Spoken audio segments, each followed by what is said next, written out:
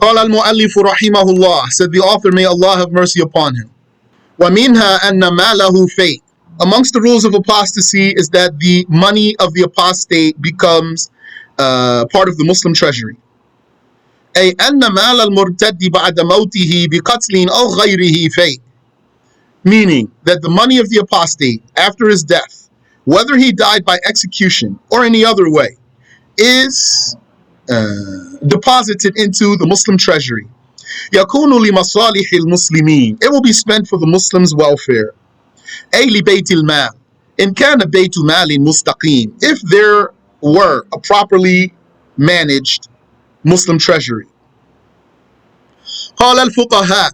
The scholars said, أما إن لم يكن بيت مال للمسلمين. If there were no properly managed Muslim treasury, فيتولى رجل صالح صرفه في مصالح المسلمين. Then a pious man will take it upon himself to distribute that money for the Muslims' welfare. And an example that I learned when I was in Lebanon was like Sheikh Hussam, rahimahullah ta'ala. قال الحافظ أبو زرعة العراقي في نكته. حافظ Abu Zur'a al-Iraqi, he said in his points, that's his book that he compiled from 3 fiqh books, At-Tanbih, Al-Hawi, and Al-Minhaj. He says, Qawlu Tanbih, the wording of the book At-Tanbih says, وَإِنِ ارْتَدَّ وَلَهُ مَالٌ. If someone apostatizes, having money, فَقَدْ قِيلَ فِيهِ قَوْلَانِ. Then 2 sayings were said about him. أَحَدُهُمَا. The first of them is, أَنَّهُ بَاقٍ عَلَى مِلْكِهِ. That money remains in his ownership. That means that apostate can still transact. وَالثَّانِي أَنَّهُ مَوْقُوفٌ. The second saying is that the money of this apostate is suspended. So suspended means, like we say about marriage. What happens to the marriage of the apostate in the Shafi'i school? What happens to the marriage of the apostate if he consummated his marriage? His marriage is suspended. If the apostate comes back to Islam before the iddah expires, then we know that their marriage was never dissolved since the time of apostasy. If he does not come back to Islam before the iddah expires, then we know that their marriage was dissolved since the time of apostasy. That's what we know already about, that's what we've been learning for years. That's a common knowledge for us at this point concerning the marriage of the apostate. Now we're taking a new judgment, which is that there's a saying that the money of the apostate is like that, suspended. أنه موقوف, that it is suspended. فإن رجع إلى الإسلام حكم بأنه له. If the apostate comes back to Islam, then it will be judged that his money is still his. It never stopped being his. It will be judged that his money never stopped being his since the time of apostasy. فإن لم يرجع حكم بأنه قد زال بالردة. But if he does not come back to Islam, that means he dies without becoming a Muslim again, then it will be judged that his ownership was dissolved since the instance of apostasy. So until he either comes back to Islam or dies, his money is suspended. The case, we're waiting to see what's the case. It's not clear for us. Just like the marriage, it's not clear for us if the apostate consummated his marriage and then committed apostasy. It's not clear for us. Is he married or not? We need to see. What's going to happen first? Either he's going to come back to Islam first, or the iddah will expire first. If he comes back to Islam, then we know that he never stopped being married. If the iddah expires first, then we know that his marriage was dissolved since the instance of apostasy. So same thing here for the money. When he commits apostasy, according to this saying, his ownership is suspended. Something's not clear. So one thing is going to happen first or the other. Either he's going to come back to Islam before he dies, or he's going to die before he comes back to Islam. If he comes back to Islam before he dies, then it's clear that he never stopped owning his money. And if he dies before he comes back to Islam, then it's clear that he stopped owning his money since the instance of apostasy. وَقِيلَ فِيهِ قَوْلٌ ثَالِثٌ, and there was a third saying said about the apostate and his money. إِنَّهُ يَزُولُ بِنَفْسِ الرِّدَّةِ, which is that he loses all of his ownership by the mere apostasy. وَالْأَصَحُّ طَرِيقَةُ إِثْبَاتِ الْأَقْوَالِ الثَّلَاثَةِ, and the most accurate is the way of confirming all three sayings. هي هذه الأقوال كلها للشافعي, meaning all of these are sayings of Ash-Shafi'i. Ash-Shafi'i said all of them. لكن أقواها القول بالوقف. However, the strongest of them is the saying that his ownership is suspended. فيحجز الحاكم المرتد عن ماله. So the ruler will then bar the apostate from his money. فإن رجع إلى الإسلام رده إليه. If he comes back to Islam, then he will give his money back to him. وإن لم يرجع صرفه في مصالح المسلمين. And if he does not come back to Islam, then he will spend that money for the Muslims' welfare. وما أكثر المرتدين اليوم. And oh, how many apostates there are today. فَتَجَنُّبُ مُعَامَلَتِهِمْ فِيهِ صُعُوبَةٌ لِكَثْرَتِهِمْ. Avoiding dealing with them is difficult. It has difficulty in it because there are so many of them. فَيَجُوزُ الْعَمَلُ بِالْقَوْلِ الْأَوَّلِ. So it is permissible to work according to the first saying, أَنَّ مِلْكَهُ بَاقٍ, that he retains his ownership. يَصِحُّ بَيْعُهُ وَشِرَاؤُهُ وَهِبَتُهُ. According to that, it is valid for him to sell and buy and to give gifts. وَعَلَيْهِ مَشَى الْمِنْهَاجِ. And according to this way, that is confirming all three of these sayings, that's the way it's worded in the book Al-Minhaj.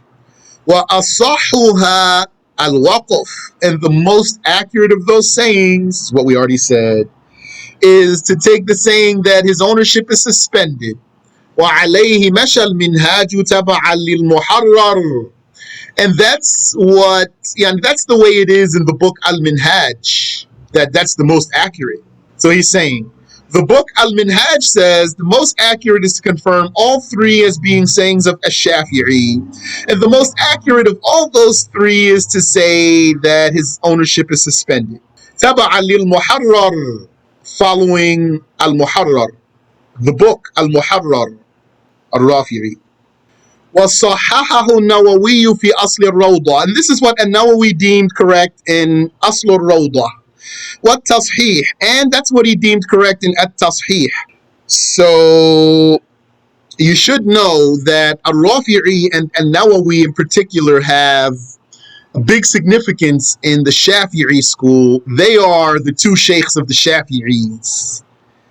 Not Ibn Hajar al-Haytami and al-Ramli. They aren't the two sheikhs of the Shafi'is. The two sheikhs of the Shafi'is are An-Nawawi and al-Rafi'i. They are at the level of preponderators. They weigh the sayings. They're at the third level. First level is the level of Ash-Shafi'i himself. Second level is the level of the mujtahids in the madhab under Ash-Shafi'i. In particular, in what we're reading, we're citing Al-Bulqini. The third level is the level of the preponderators. And in particular, we're citing here An-Nawawi and Al-Rafi'i. وقال في كتاب التدبير إن بعضهم روى عن الشافعي أنه قال أشبه الأقوال بالصحة زوال الملك. And he said, that's Al-Rafi'i in the book At-Tadbir, إن بعضهم روى عن الشافعي أنه قال أشبه الأقوال بالصحة زوال الملك بنفس الردة. Al-Rafi'i, he said in his book at-Tadbir that some of them have reported about Ash-Shafi'i that the most likely of sayings to be correct is that the apostate loses ownership by the apostasy itself, by the instance of apostasy. وَبِهِ أَقُول, and Ash-Shafi'i says, that's what I say. وفي الشرح الصغير للرافعي في الكتابة أن الأشبه على الجملة بطلانها. And in the small explanation, الشرح الصغير by الرافعي, in the chapter of the Kitaba, so I don't know Kitaba to refer in the books of fiqh. I don't know al-Kitaba in the books of fiqh to refer to anything but the slave purchasing his freedom, that contract by which the slave purchases his freedom. So there, al-Rafi'i, he said that the most likely in general is that he loses his ownership. قال شيخنا الإمام البلقيني, our Shaykh, Imam al-Bulqini, so he's mujtahid in the madhab, he's at second level. He's the one that our Shaykh is very much like him. Didn't the Shaykh say in the beginning of the Mukhtasar that he switched out some of the weak sayings in the original book for sayings preponderated by al-Bulqini? Here we are in the explanation citing al-Bulqini, rahimahullah. وهذا فيه ترجيح الزوال وهو الذي صححناه. Al-Bulqini said, this has preponderance of the saying that the apostate loses his ownership. And this is what we deem correct. وَهُوَ الَّذِي قَالَ الشَّافِعِيُّ إِنَّهُ أَشْبَهُ الْأَقْوَالِ. And that's what Ash-Shafi'i said is the most likely of sayings. بِأَنْ يَكُونَ الصَّحِيحَ, to be correct. وَإِنَّهُ بِهِ يَقُولُ, and that's what he says, that Ash-Shafi'i says so. وقال في كتاب التدبير, الرافعي said in the book التدبير, إن بعضهم روى عن الشافعي أنه قال, that some of them reported from Ash-Shafi'i that he said, أشبه الأقوال بصحة زوال الملك بنفس الردة. The most likely saying to be correct is that is the loss of ownership by the very apostasy. وقال في الشرح الصغير للرافعي, and in Ash-Sharh al-Saghir by al-Rafi'i, he said, في الكتابة, in the chapter about Kitaba, أن الأشبه على الجملة بطلانها, is that most likely in general is that the apostate loses his ownership. قال شيخنا الإمام البلقيني, Abu Zur'a says, our Shaykh Imam al-Bulqini says, so keep in mind here, al-Rafi'i, he's before al-Nawawi, and al-Bulqini is after al-Nawawi, so that you get an idea of the timeline also. So al-Nawawi is able to comment on al-Rafi'i, and al-Bulqini is able to comment on al-Nawawi. وَهَذَا فِيهِ تَرْجِيحُ الزَّوَالِ. Al-Bulqini said, and he's a mujtahid in the madhab, he's at second level. This has in it preponderance of the apostate losing his money, losing his ownership. وَهُوَ الَّذِي صَحَّحْنَاهُ, and that's what we deem correct. وَهُوَ الَّذِي قَالَ الشَّافِعِيُّ إِنَّهُ أَشْبَهُ الْأَقْوَالِ, and that's what Ash-Shafi'i said is the most likely of sayings, بِأَنْ يَكُونَ الصَّحِيحَ, to be correct. وَإِنَّهُ بِهِ يَقُولُ, and that's what Ash-Shafi'i himself says. قال شيخنا, يعني البلقيني, Abu Zur'a says, our Shaykh al-Bulqini said, والذي تلخص لنا من مجموع متفرقات كلام الشافعي رضي الله عنه, that which is the synopsis for us from collecting all of what has dispersed of the talk of Ash-Shafi'i, may Allah accept him. And على قول زوال الملك يبقى له فيه حق وعلق, is that going according to the saying that the apostate loses his money, loses his ownership, there still remains over him or on him rights and relevant issues pertaining to his money. من هذا يعني I'm reading what I have in my notes. من هذا المال ينفق على زوجه.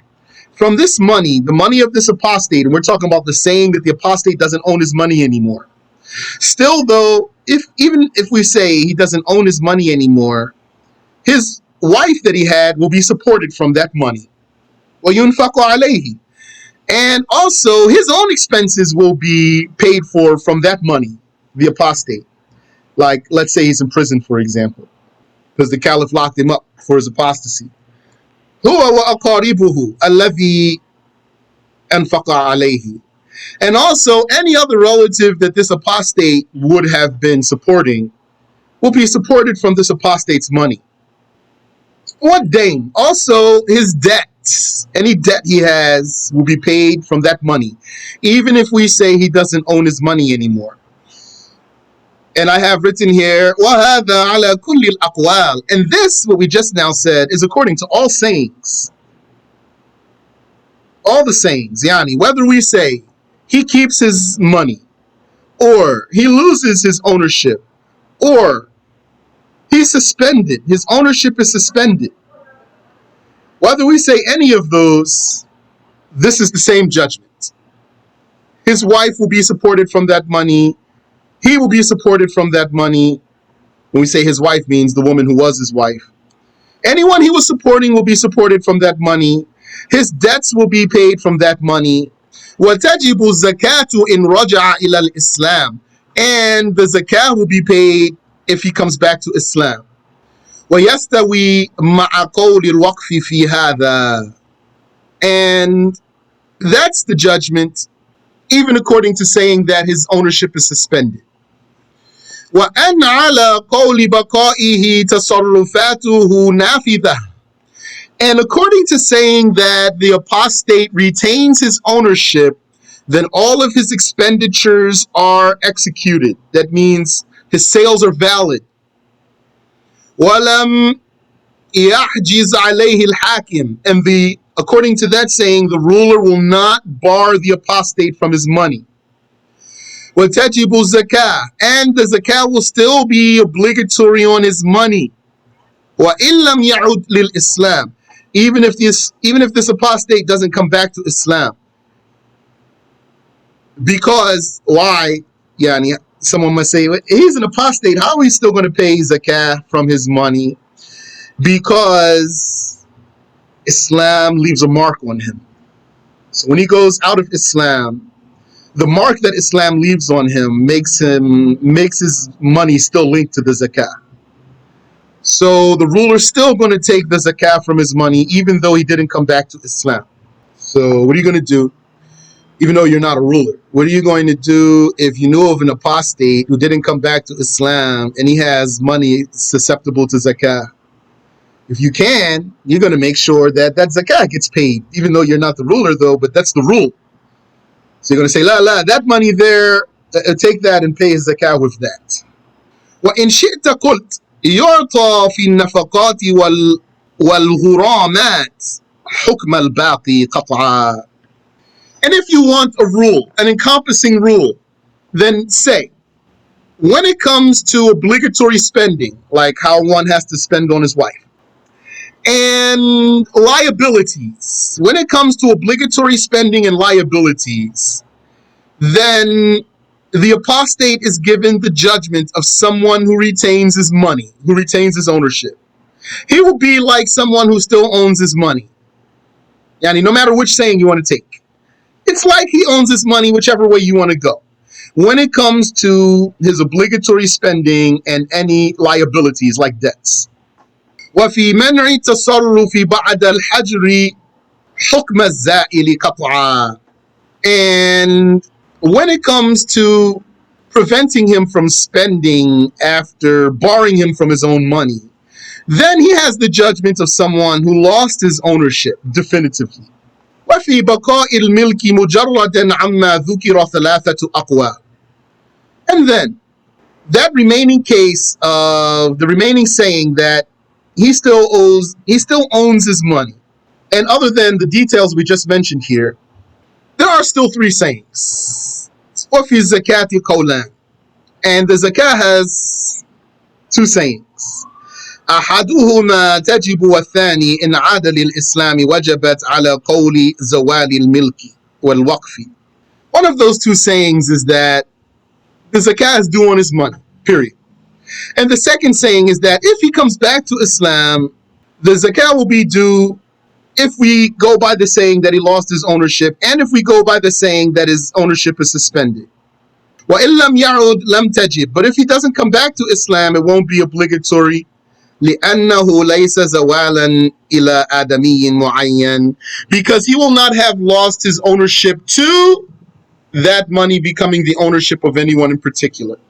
Now here, let me say for you, this is why when you teach, what we're learning here, when you teach people the obligatory knowledge, when you teach beginners, you don't go into details. Now we have been studying a higher level by the help of Allah, and still this is the second time we're reading over this. This still has potential for confusion and lack of understanding. And also, when we take mukhtasar, for example, and do you just learn one saying? That one saying we learn, that's the work of a knowledgeable scholar who knew how to select. All of what we're taking here, the job of someone like Sheikh Abdullah is to select a saying according to the evidence and then give it to the layman like ourselves. He doesn't have to expose us as laymen to all these sayings. According to this saying, you can go 2 ways, and according to that saying, you can go 3 ways, and if you go by 3 sayings, then there's still 2 ways, etc. La. The knowledgeable scholar, he's going to sift through all of that. He's going to give the layman just what's easy and simplify. Yes. Yes. Yes. No. Well, yes. Yes. Wait. وعلى كل الأقوال يؤخذ ماله. Yes, but that's not written here. That's what I took in my notes. This is what I took from Sheikh Samir. وعلى كل الأقوال يؤخذ ماله فيترك عند عدل. According to all sayings, that would mean even according to the saying that he still owns his money will be confiscated though, and it will be put with a trustworthy Muslim. Barakallahu feek. Fa'idah, benefit. قال أبو زرعة العراقي في نكته. Abu Zur'ah al-Iraqi said in his nukat, his point, ما نصه, quote, قول التنبيه. The wording of the book at Tanbih is وَإِنْ عَلِقَتْ مِنْهُ كَافِرَةٌ بِوَلَدٍ فِي حَالِ الرِّدَّةِ فَهُوَ كَافِرٌ. If this apostate, when he was a Muslim, he was married to a kafir woman, and then he committed apostasy, and she became pregnant. So he's an apostate who impregnated a kafir woman. Then what is the judgment of his child, then this child? The wording of at-Tanbih is that he's a kafir, this child. He's a kafir. Because both his parents are kuffar. The apostate and his kafir wife. So look here. I want to say really quick here. There's a brother, subhanAllah, seems to be a very nice brother. He makes some videos. He's recently been getting a lot of attention. And when he speaks about politics and economics, is very good. But sometimes he speaks about some religious cases and he lacks some precision. So, like, he says that every child is a Muslim, is born as a Muslim because he's born on fitr. That's not correct.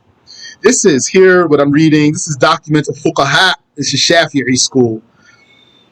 And what we learned is it's a consensus that the child who's born to two original kafirs, not talking about apostate, the child born to 2 original kafirs is a kafir by consensus. That's what we learned.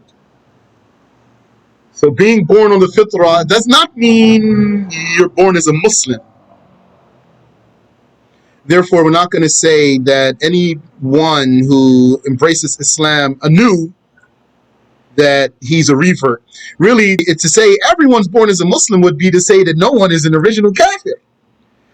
If it were to be said that everyone was born as a Muslim, then that would mean that there's no such thing as a kafir asli. So then for sure, that's not correct saying.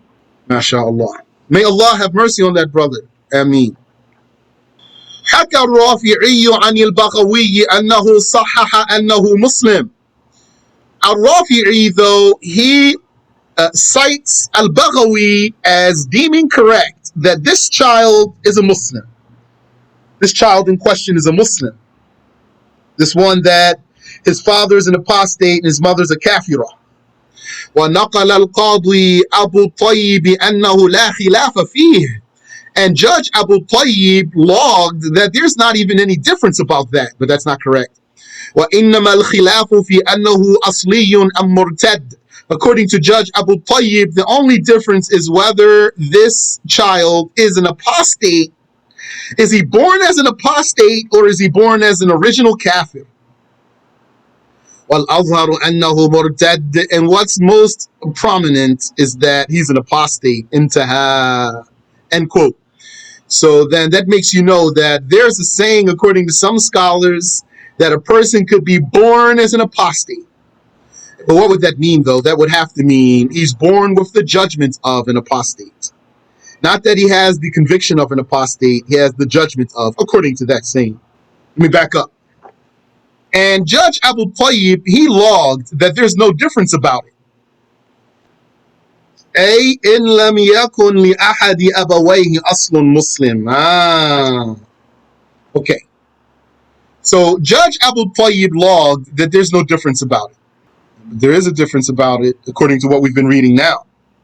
But there is, from a perspective, something that there's no difference about, which is if the child does not have any Islamic origin, no Muslim origin, then there's no difference that that child's a kafir. وَإِنَّمَا الْخِلَافِ. Merely, so Abu Tayyib, he logged that there's no difference about it.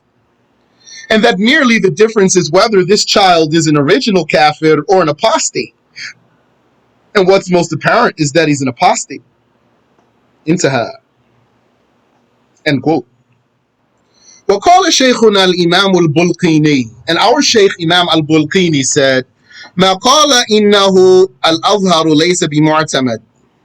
What he said to be the most apparent saying is not reliable. لأن الولد إذا انعقد من الكافرين الأصليين وله جد مسلم يجعل مسلما تبعا لجده. Because when a child is conceived from two original blasphemers, but he has a Muslim grandfather, then he would be made to be a Muslim by giving him the judgment of his Muslim grandfather. This doesn't have to mean the grandfather, could mean like great grandfather. It means anyone he would be attributed to normally. Anyone he would be attributed to normally. When we say normally means not like all the way back to Adam, that's too far. But now my question is, how would they be original non-Muslims? And this child has a Muslim grandfather. So I don't know how that goes there. فَلِأَنْ يَتْبَعَ حَالَةَ أَبَوَيْهِ فِي الْإِسْلَامِ الَّتِي كَانَتْ قَبْلَ الرِّدَّةِ أَوْلَى. So for this child to follow the status of his two parents in Islam before the apostasy occurred is more deserving. معناه يجرى عليه حكم الإسلام على المعتمد. The meaning of this talk is that this child is deemed as a Muslim according to what's reliable. We're talking about a child whose mother was a disbelieving woman impregnated by an apostate. So a reliable saying, according to some, is that this child's a Muslim. وَتَبْعِيَّةُ الْأَبَوَيْنِ فِي غَيْرِ الْإِسْلَامِ إِنَّمَا تَكُونُ فِي كُفْرٍ أَصْلِي.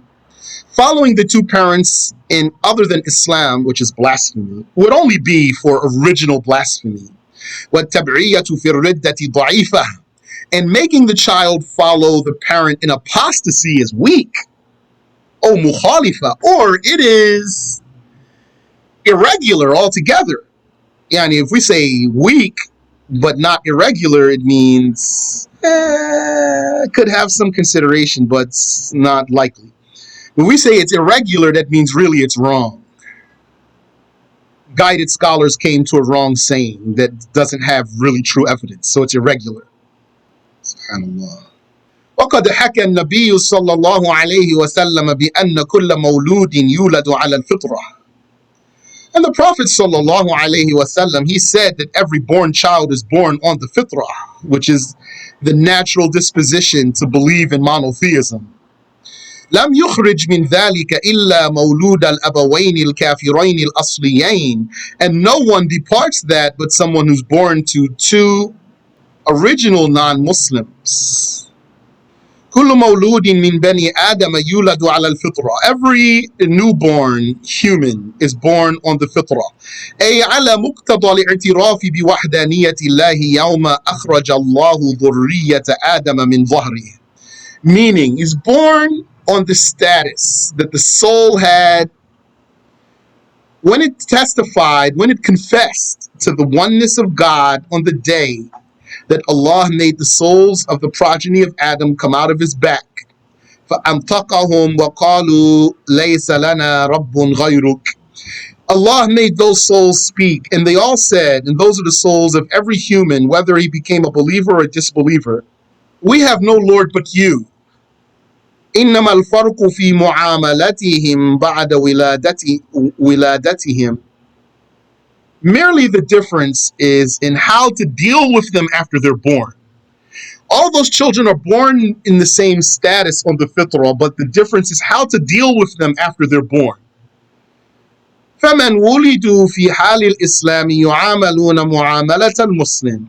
Anyone who's born on Islam, meaning he's following his Muslim parents, then he's treated as a Muslim, even though he doesn't know anything. وَمَنْ لَا فَلَا. And anyone who's not like that, so he's born to two original non-Muslims, then he is born on the fitrah, but he's not treated as a Muslim. That's the correct saying. So that brother, may Allah help him. He does a lot of good. May Allah protect him from mistakes. May Allah grant him knowledge. Ameen. فَيَبْقَى وَلَدُ الْمُرْتَدَيْنِ عَلَى الْفِطْرَةِ. So, the child of the two apostates, he still comes out on the fitrah. فَوَجَبَ أَنْ يَكُونَ مُسْلِمًا. So then, since he's not born to original blasphemers, and he comes out on the fitrah, then he should be a Muslim. قال ونصوص الشافعي رضي الله عنه قاضية بذلك. He said, and the documents of Ash-Shafi'i judge as such. ثم بسطه. And then he expounded on that. ثم قال فوجب القول على مذهب الشافعي بأنه مسلم. We're talking about Al-Bulqini. He's the one we're quoting here. So, it is necessary to say that according to the Shafi'i school, this child is a Muslim. وَبَطَلَ الْقَوْلُ بِأَنَّهُ كَافِرٌ أَصْلِي. And it is invalid to say that he is an original kafir. لنصه في جميع كتبه على أنه لا يسبى. Because as Shafi'i documented in all of his books that such a child would not be or could not be taken prisoner and then enslaved. So he's inferring from that. If he can't be taken prisoner and enslaved, then it means he's a Muslim. Because who's the one who cannot be made a slave? Anyone who's already a free Muslim.